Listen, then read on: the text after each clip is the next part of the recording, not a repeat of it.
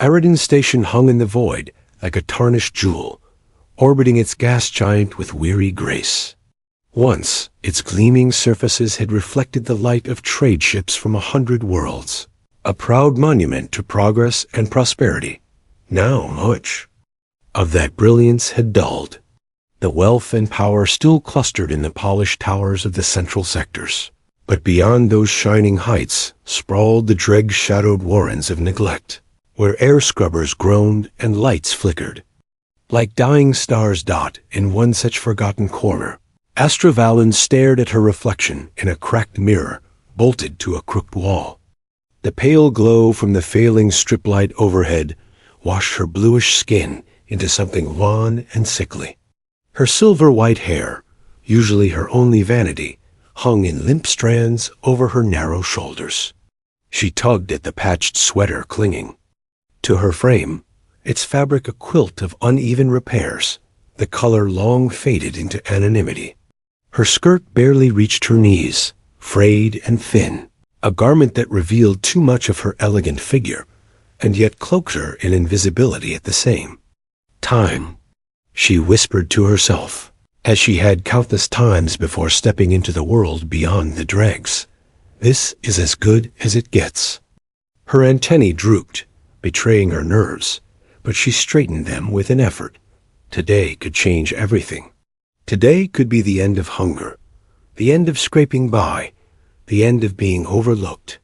The job posting she had stumbled upon, a diplomatic liaison role at Terran Interstellar Corporation, had been more than an opportunity. It had been a lifeline thrown across an abyss. Astra had educated herself through borrowed datapads and public terminals, piecing together fragments of knowledge until she could speak 8 languages fluently, until she understood the subtleties of 17 alien cultures. But all of it, every fact, every nuance, lived unseen inside her head.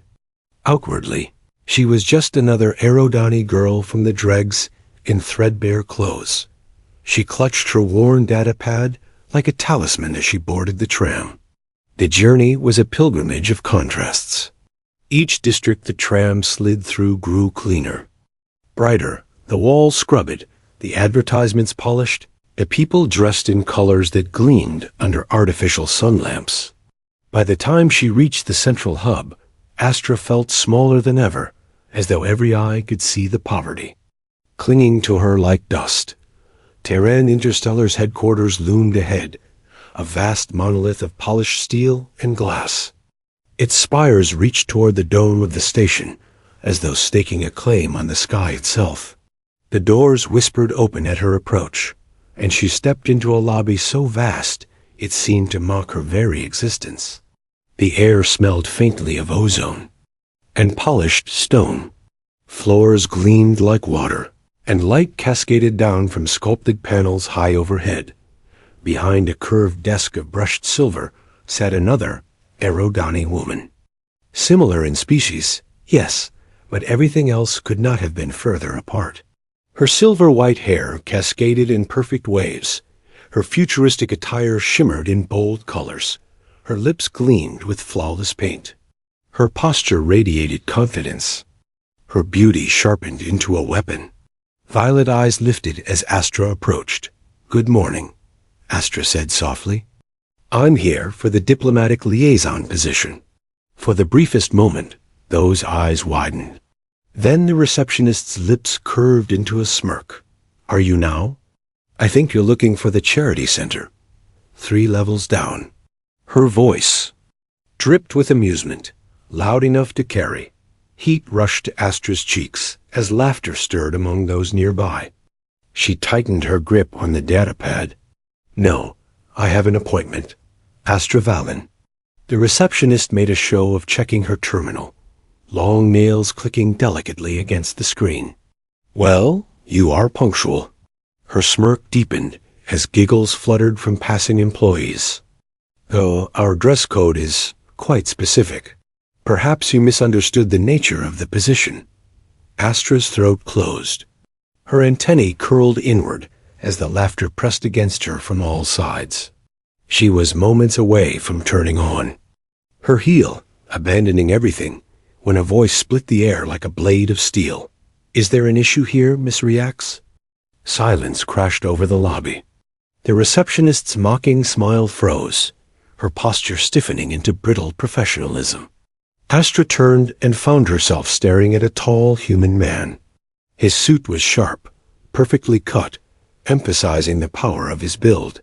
His hair, dark blonde and slightly tousled, caught the artificial light, but it was his eyes cold, piercing steel that held her. Authority radiated from him, not in bluster, but in quiet certainty. Evan Stone, the CEO whose face appeared on news screens across the galaxy. The receptionist fumbled. "No, sir. I was just explaining our corporate policies to this applicant." Stone's gaze slid from her to Astra, sweeping over her patched clothes, her trembling stance. But in his eyes there was no mockery, no disdain. Only assessment. Weighing. Considering. "You're Astra Valen," he said, his tone firm but not unkind. Astra nodded. Unable to form words, Stone turned back to the receptionist. "Miss Reacts, hire her, right now." The receptionist's mouth fell open. "Sir, you heard me." His tone brooked no argument. "Process her paperwork immediately. She starts today." He glanced once more at Astra, then nodded. "Unless you object?" Astra blinked, stunned. "No objection, sir." "Good. My office." 13th hour. He strode away, leaving silence in his wake. The receptionist's lips tightened, her eyes blazing with shock and resentment. "Well," she said finally, her voice clipped. "Congratulations, Miss Valen." Astra clutched her data pad tighter. She had walked in a beggar, mocked and belittled. But in a single decisive moment, the most powerful man on the station had looked at her and seen something no one else had. The tram ride back through the Central Hub felt like a dream Astra wasn't sure she had earned. She sat stiffly, corporate badge heavy around her neck, the new uniform fabric brushing her skin like something unreal. The charcoal suit fit her, as though it had been made for her alone, each seam precise, every fold exact, the silver insignia of Terran Interstellar Corporation catching the artificial sunlight. She smoothed the hand over it again and again, trying to convince herself it was not borrowed, not fragile, not something that would vanish if she blinked too hard. Her mind replayed the moment in the lobby in relentless detail. Lexa Reacts' smirk, the laughter of passing employees, and then the sharp interruption of Evan Stone's voice. "Hire her, right now." The words echoed in her skull, impossible to ignore. She hadn't been interviewed. She hadn't even been asked a single question about her qualifications. And yet the CEO himself had not only hired her, but demanded her presence in his office within hours. The dregs felt 1,000 miles away now, though in truth, they were just a 40-minute tram ride beneath her feet. The cracked mirror, the patched sweater, the shadows of poverty, they clung to her memory even as the glass towers around her gleamed with wealth. She told herself she would never go back. Not as she had been. Not if she could help it. At 1300. Precisely, Astra stood before the frosted doors of the 87th floor.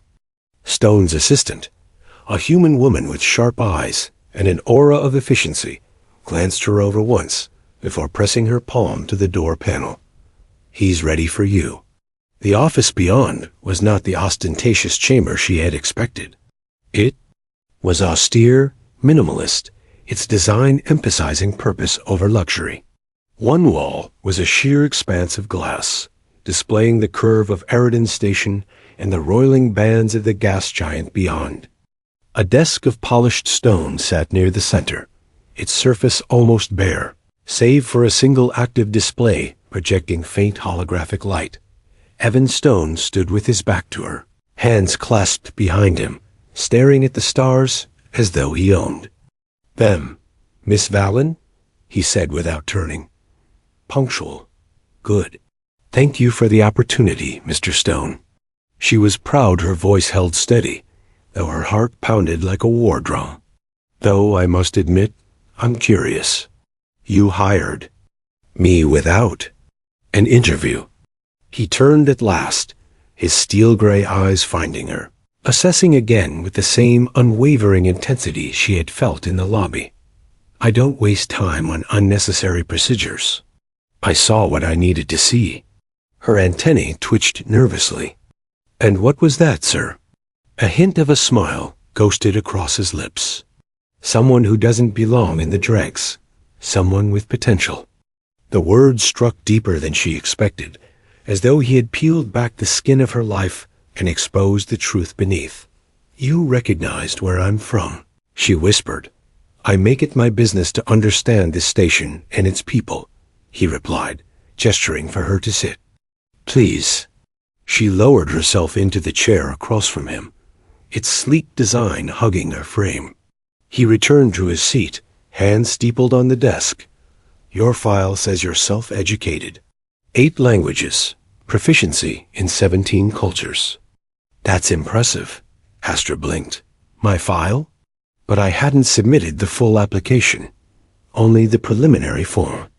Our AI compiles profiles. It gave me enough. He leaned forward slightly.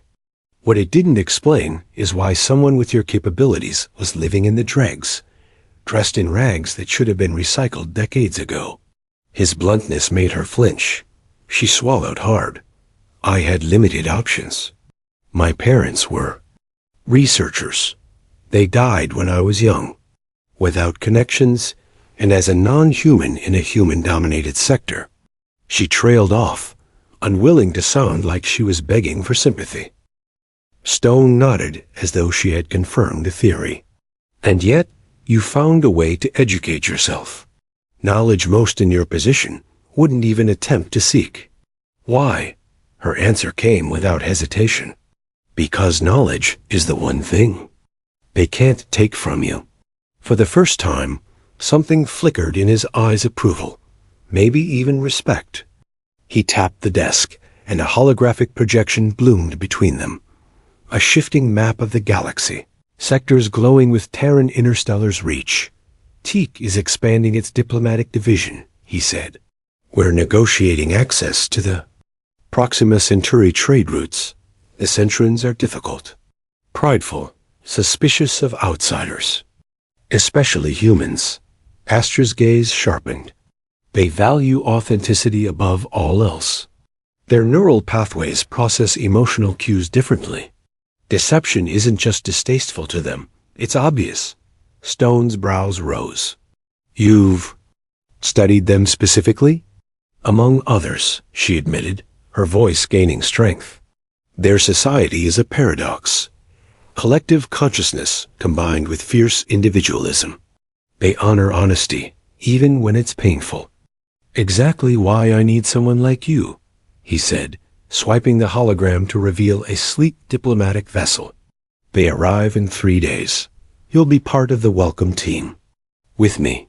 Her breath caught. This wasn't an entry-level role. This was stepping directly into fire.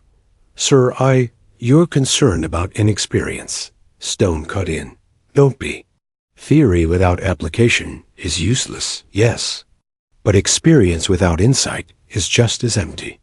You have insight. He rose, signaling the end of their meeting. My assistant will provide everything you need. You have 3 days. Use them wisely. She stood as well, the weight of his words heavy on her shoulders. Thank you, Mr. Stone. I won't let you down. See that you don't, he said, his tone firm but not unkind. Then, almost as an afterthought, he added, one more thing. Housing. The company provides residences for key personnel. My assistant will arrange your relocation from the dregs. Astra froze speechless. Corporate housing was a dream, reserved for veterans and directors, not her.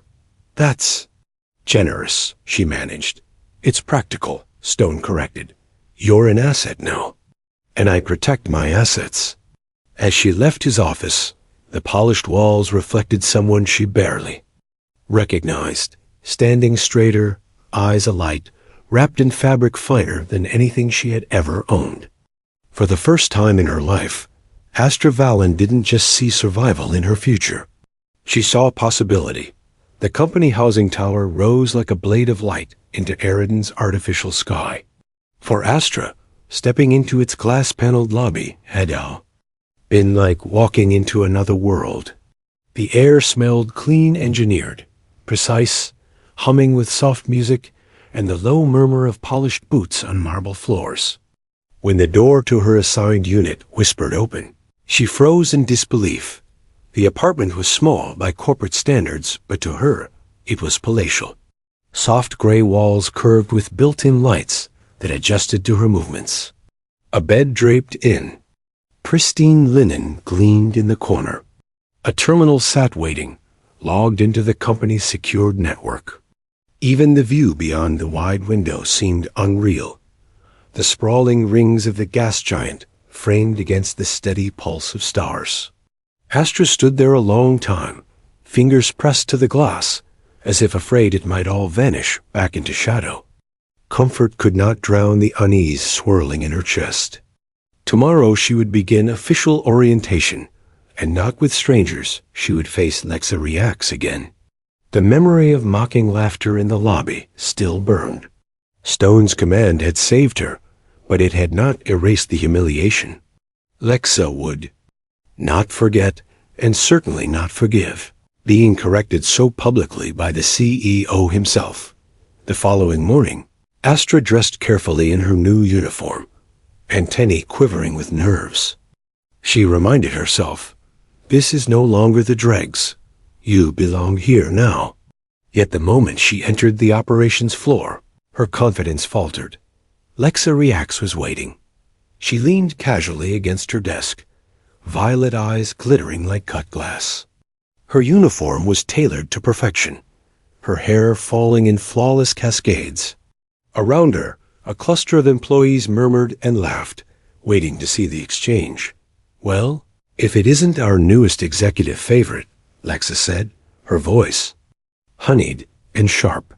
Tell me, Astra, did you polish those boots yourself, or did Mr. Stone assign you a personal valet already? A ripple of laughter. Astra flushed, but this time she did not drop her gaze. She thought of Stone's words, "You're an asset now, and I protect my assets." That thought steadied her. I polished them myself, she said quietly. Hard work doesn't scare me, though I imagine that's unfamiliar to you. The group hissed softly at her retort. Lexa's smile tightened, eyes narrowing, but before she could strike back, a chime echoed through the floor. Stone's voice carried through the comm. All personnel assigned to the Centran diplomatic delegation, conference room 12. Now, the employees dispersed quickly. Lexa turned on her heel, her grace unbroken, but Astra caught the flicker of surprise in her eyes. She hadn't expected me to push back. In the conference room, Stone stood at the head of a long table, flanked by holographic displays. Maps of Centran space shimmered in pale blue light. Lexa swept in confidently and took a seat near the front, but Stone's gaze bypassed her and settled on Astra. Miss Valen, sit here. He gestured to the chair at his right. The entire room stilled. Lexa's expression froze, her flawless smile cracking just enough to reveal the sharp edge beneath. Astra hesitated, then obeyed, lowering herself into the chair while her pulse thundered in her ears. Stone began the briefing. The Centran delegation arrives tomorrow. They are challenging. Their culture punishes insincerity and prizes authenticity above all else. One wrong gesture could close their doors for decades. His gaze slid to Astra again. Miss Valen, enlighten the team. What's the first thing we must not do when they arrive? Every eye turned to her, Lexa's especially, gleaming with venom. Astra swallowed, antennae flicking, then steadied herself. Don't bow, she said firmly. The Centurions perceive it as submission, and they despise weakness. Instead, Acknowledge them with direct eye contact and open hands. It shows honesty without supplication. Stone's lips curved faintly. Correct. Remember that. All of you. Astra's cheeks heated under the weight of so many stares. But this time, it wasn't shame that burned. It was pride. For once, she had spoken, and her words carried weight. Lex's nails tapped sharply against the table. Her smile had vanished, replaced by a look of quiet fury. She had been expecting Astra to falter, to crumble. Instead, Astra had been elevated literally to the CEO's right hand. The meeting continued, but Astra barely heard it. She sat straight-backed, fighting the disbelief threatening to overwhelm her. Stone's trust was no longer a fleeting act of defiance in the lobby. It was deliberate. He was placing her in the center of the storm, and Lexa Reax was now her enemy. Docking Bay 12 had never looked so immaculate. Crews had scrubbed the steel until it gleamed. Polished banners fluttered. In the artificial currents, and security teams stood at rigid attention in lines as precise as drawn ink. The Terran Interstellar Corporation spared no effort in its welcome. Yet beneath the shine lay tension so sharp, crackled through the air. Astra felt it in her bones as she stood beside Evan Stone. The CEO cut a commanding figure, dark suit. Sharp against the stark light, his gaze locked on the great viewport where the Centurion ship approached. Astra's own uniform felt too tight, her breaths shallow. This was no simulation, no textbook. The Centurions were here, and she was not. Just watching, she was part of the delegation. The sleek vessel docked with a hiss of atmosphere transfer. A silence fell. Then the airlock opened, and the Centurions emerged. They were unlike any beings Astra had ever seen in person, though she had studied their images countless times. Tall, with pale opalescent skin that seemed to shift color subtly with their movements. Their faces were angular, unreadable to the untrained eye, but their eyes black pools with faint violet rings pierced straight through artifice. Each wore flowing garments marked with geometric patterns that shimmered faintly, as if alive. They moved as one, their steps measured, their unity uncanny. The lead envoy raised his chin, gaze sweeping the Terrans. Astra noticed instantly. His nostrils flared at the falseness in the air. The polished banners, the staged smiles.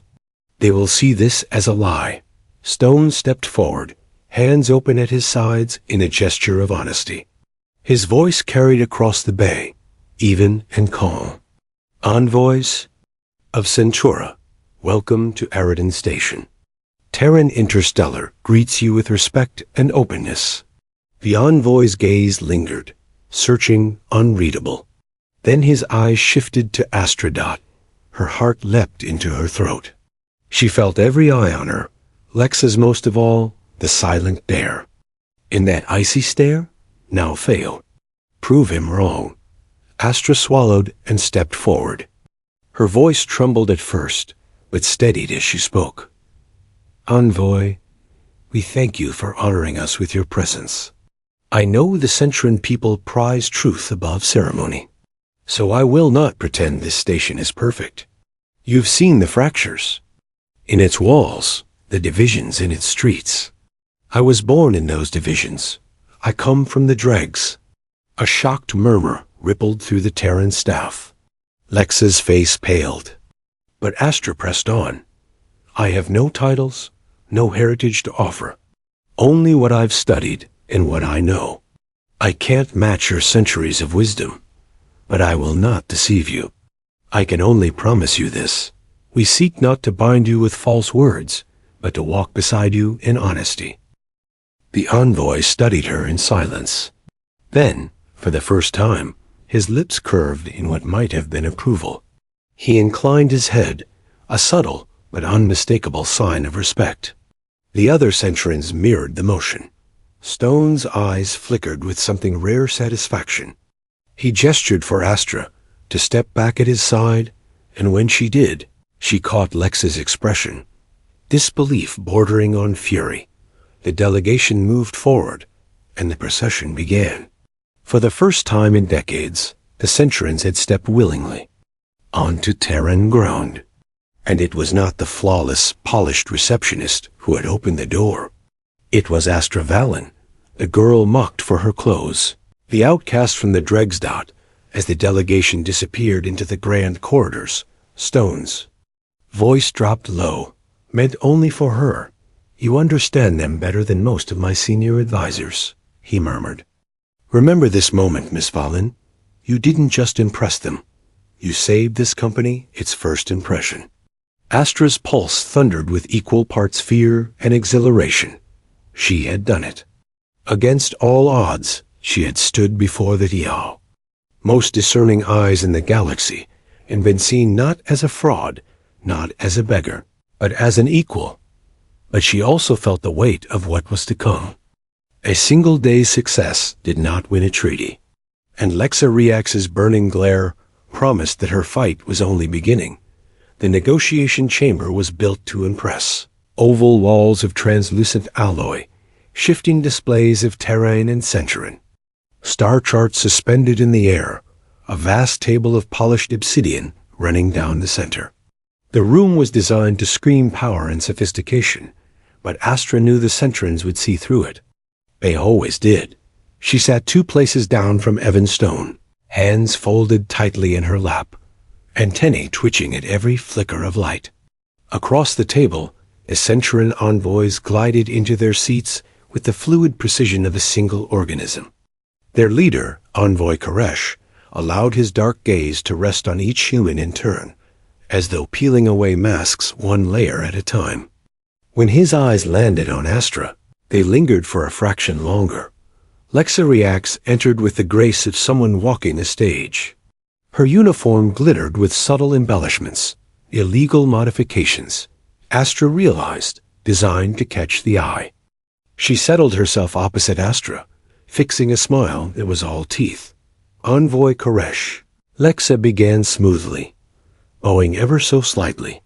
"On behalf of Terran Interstellar, allow me to say what an honor it is to—" "Stop," Koresh said, his voice calm but unyielding. The single word sliced the air. Lexa froze, her perfect smile faltering. "You bow," Koresh continued. "You coat words with polish. Already you seek to impress rather than to be true. Why?" Lexa's face burned crimson, but she recovered. Quickly, her tone silk. "It is tradition, Envoy, a gesture of respect." "Respect does not live in knees or smiles," Koresh replied, his expression unmoved.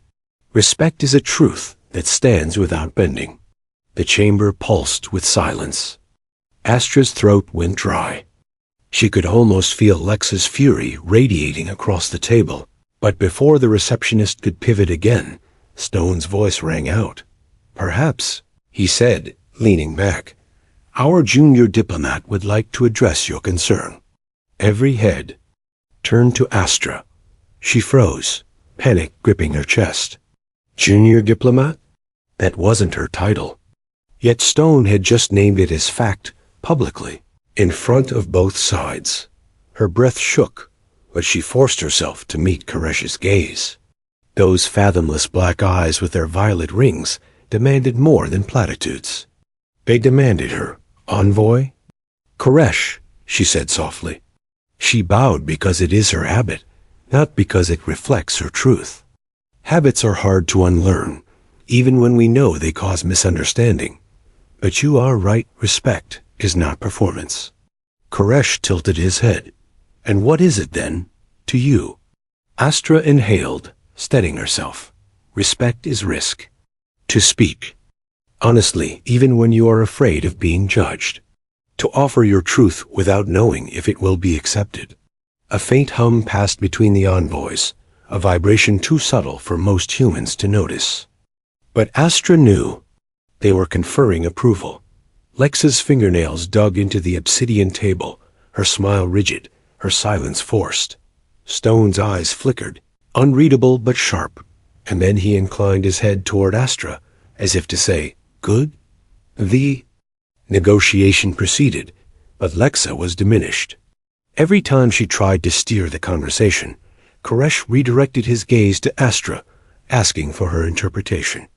And each time, she responded with unvarnished honesty, admitting Terran flaws, explaining their strengths without embellishment, confessing mistakes without excuses.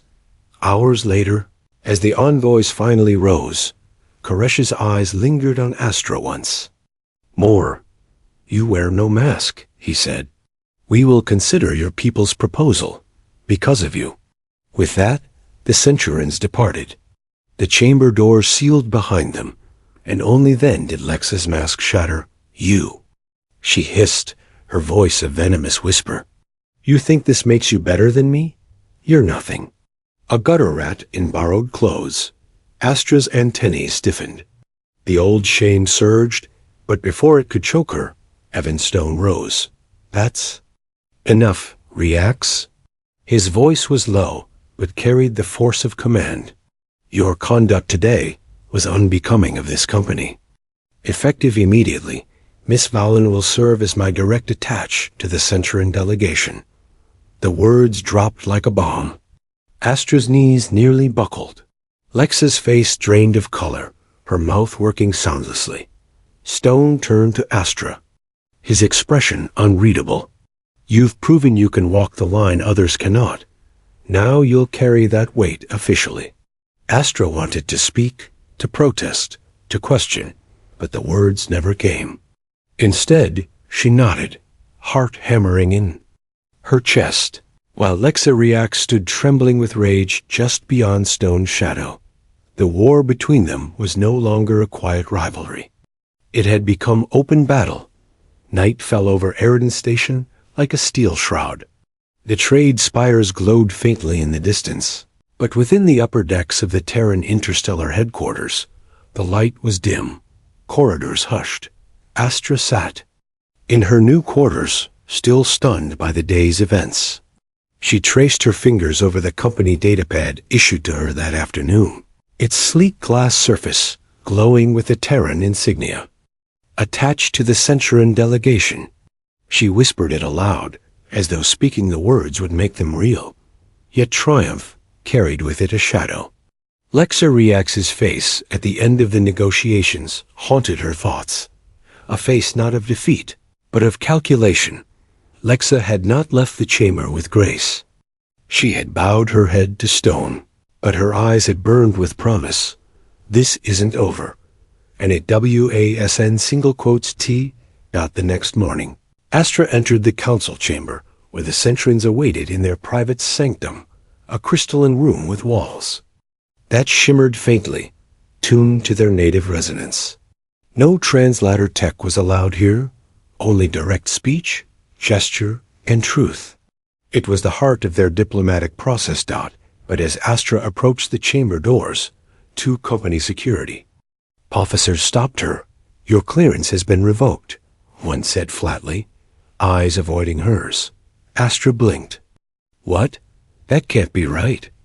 I'm Stone's attach." The officer's jaw clenched. Orders from the executive office. Her stomach dropped. She didn't need to ask whose office. Lexa. Panic surged. If the Centurions met without her, if she was absent when they expected her presence, they would see it as deception. Worse, they might take offense, and the fragile trust she had earned would shatter. She pushed past the guards, ignoring their protests, and hurried down the polished corridor. She had no plan, only instinct. Her antennae twitched, leading her toward a side entrance to the chamber, a maintenance hatch she had memorized in her hours of restless study. Sliding the hatch open, she slipped inside the crystalline chamber, just in time to hear Lexa speaking. "And so you see, Envoy Koresh, Miss Valen misled you yesterday. She has no official training, no recognized education. She exploited your culture's ideals to gain sympathy. But the truth is, she is unqualified, a liability to this company and to you." Gasps rippled through the Centurions. Their opalescent eyes darkened, the violet rings pulsing. Astra froze, blood running cold. Lexa stood at the center of the chamber, datapad in hand. On its screen glowed falsified records, doctored files of Astra's past, twisted to look like deceit. Envoy Koresh's gaze sharpened. "Is this true, human?" The chamber fell silent. Every eye turned toward the maintenance hatch where Astra stood. Caught. Her heart thundered, shame and rage warring within her. For a moment, the old reflex rose to run, to disappear into the shadows as she had all her life. But then she saw Stone's face in her memory, his calm words. "Respect is risk." She stepped forward. "It's true I have no formal education," she said, her voice trembling but clear. "I was born in the dregs. Everything I know, I taught myself. I lied about nothing. The only deception here is what she shows her now." Lexa's smile widened like a blade. "Bold words, but where's your proof?" Astra met Koresh's black, unblinking gaze. Slowly, deliberately, she reached into her satchel and withdrew a worn, patched datapad, the same one she had carried from the dregs, its surface scuffed, its circuits dated. She placed it on the crystalline table, its humble glow defiant against Lexa's gleaming forgery. "This is my proof. Years of notes, translations, studies. Every Centran dialect I copied by hand. Every treaty I read in shadows when others slept. It is not polished, it is not perfect, but it is mine. No one gave it to me. I earned it." The Centurions leaned forward, their resonance deepening. Koresh reached out, fingers brushing the surface of Astra's battered datapad. His eyes closed, and when they opened, there was no mistaking the shift. Respect, hard and undeniable. "One speaks truth," Koresh said. His gaze slid to Lexa. "You do not." Lexa's face drained of color.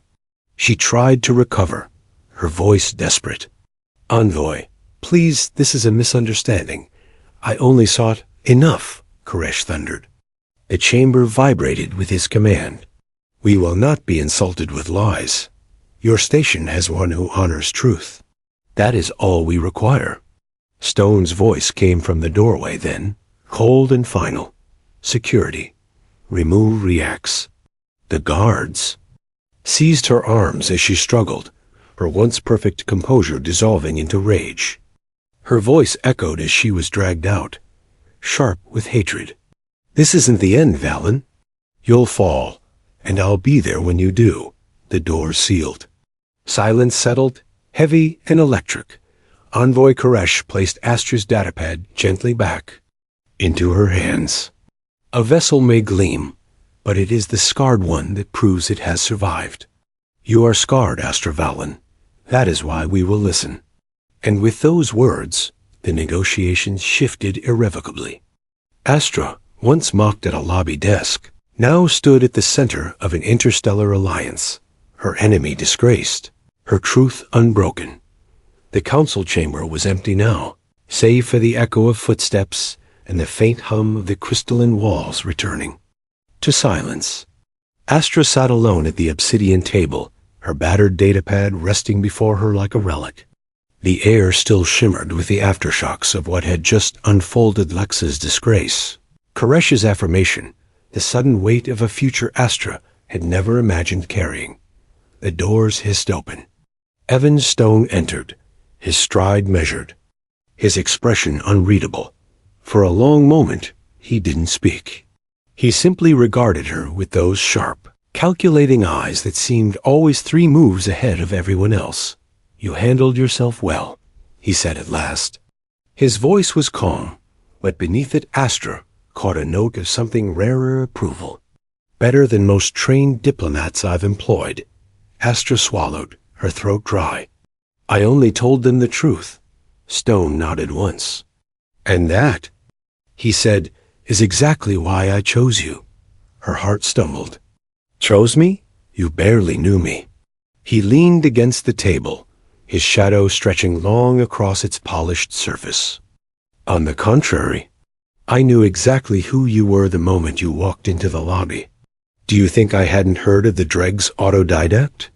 A girl who broke into abandoned terminals just to read forgotten treaties, who could recite Tehran.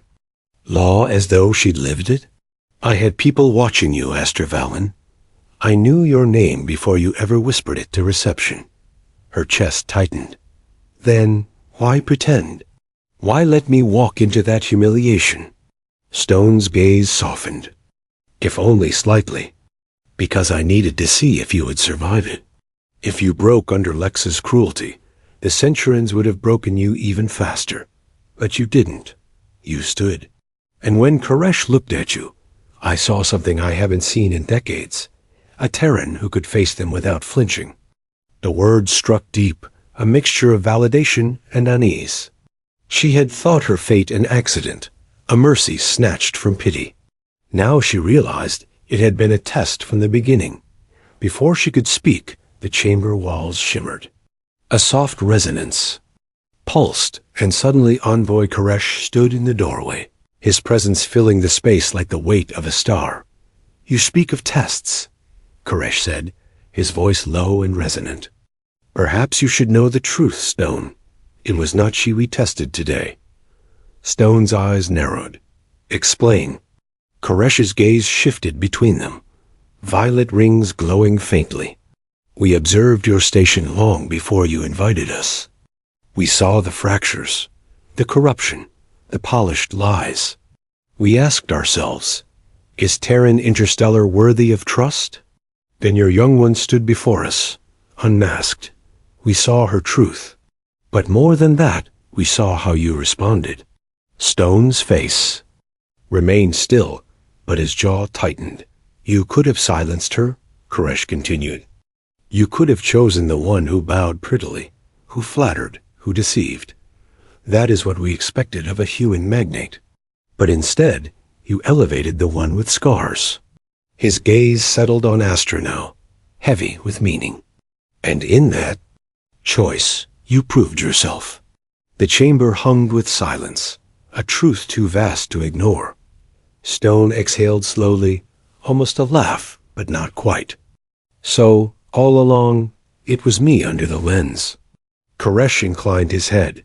You both were, and now we see. If your species can raise truth from the dregs, if its leaders can recognize value where others see only weakness, then perhaps there is hope for alliance. Astra's hands trembled on her datapad.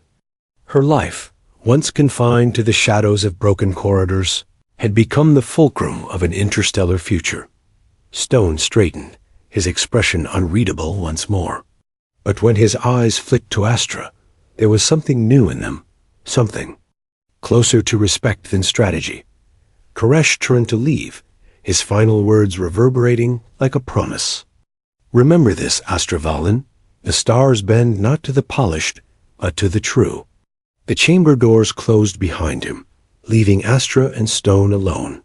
For the first time, Astra allowed herself to breathe, not as a girl from the dregs, not as an imposter in borrowed clothes, but as someone who had been seen, tested, and chosen. And somewhere in the depths of Aridin Station, far from the crystalline walls of diplomacy, Lexariax nursed her fury, whispering to herself that the war was not over. The stars had shifted, but shadows still waited.